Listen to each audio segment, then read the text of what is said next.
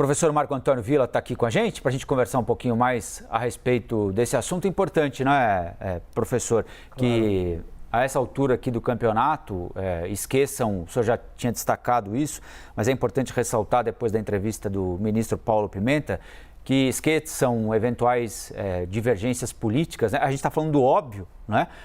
Tarcísio e Lula foram eleitos para cuidar das pessoas e pouco importa em quem essas pessoas votaram, né? Eles foram os vencedores e têm de cuidar de todos os paulistas e de todos os brasileiros. Mas até do óbvio a gente se esqueceu nos últimos anos, né, professor? Não, é verdade, porque tivemos fatos lamentáveis no último quadriênio presidencial.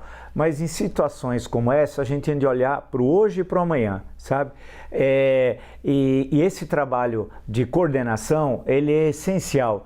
Eu fico sempre muito preocupado, se eu fosse prefeito, se os recursos ditos em primeira hora que vão ser enviados, se eles efetivamente serão destinados às cidades. Segundo, como é que esses recursos vão ser gastos de forma republicana para primeiro atingindo os que perderam seus entes queridos, que moram nas áreas mais suscetíveis a essas tragédias, e depois construir mecanismos, e é possível com a engenharia brasileira, com a tecnologia, com o saber técnico, a expertise da engenharia brasileira, que é uma das melhores do mundo, construir as condições para que efeitos como chuvas como essa, claro que foram muito acima da média e do esperado, não levem a tragédias como essa. E aí é um trabalho de médio e longo prazo, ou seja, certas ocupações que ocorrem não poderão continuar onde estão. Eu sei que isso é um problema político, social, mas não poderão estar lá.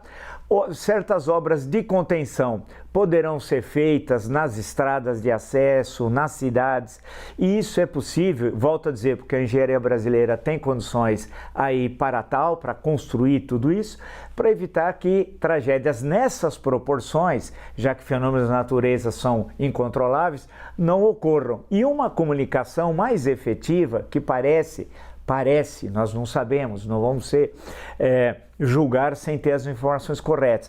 Mas eu acho que muitas vezes as informações de uma tromba d'água não são levadas muito a sério, numa linguagem mais vulgar, né, pelas autoridades ou quando isso é avisado. Eu acho que as sirenes, por exemplo, que tem em algumas cidades, né, que avisam os momentos de um cataclisma como esse, e as pessoas tomarem consciência. E por fim, eu falei dos feriados que vão ter esse semestre, parece que é um absurdo, alguém vai dizer assim, você está pensando na questão econômica agora? Estou pensando também na questão econômica, né? Ou seja, que haja um processo de recuperação para que daqui a 40 dias, o mínimo que seja possível dos turistas poderem se deslocar. Claro que a população local possa estar devidamente abrigada, evidentemente, mas que os turistas possam se deslocar lá.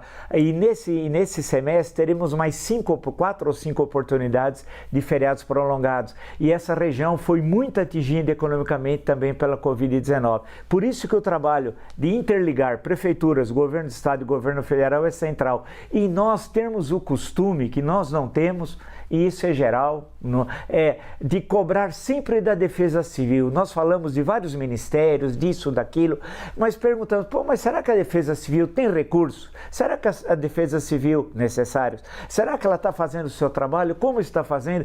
Que é o trabalho de precaução. Eu sei que isso não dá votos, claro, é melhor muitas vezes uma ponte em qualquer lugar, mesmo que seja perigoso colocar uma ponte, isso dá voto, Defesa Civil não. Então nós temos que começar a pensar diferente, aprender com as lições de uma tragédia como essa.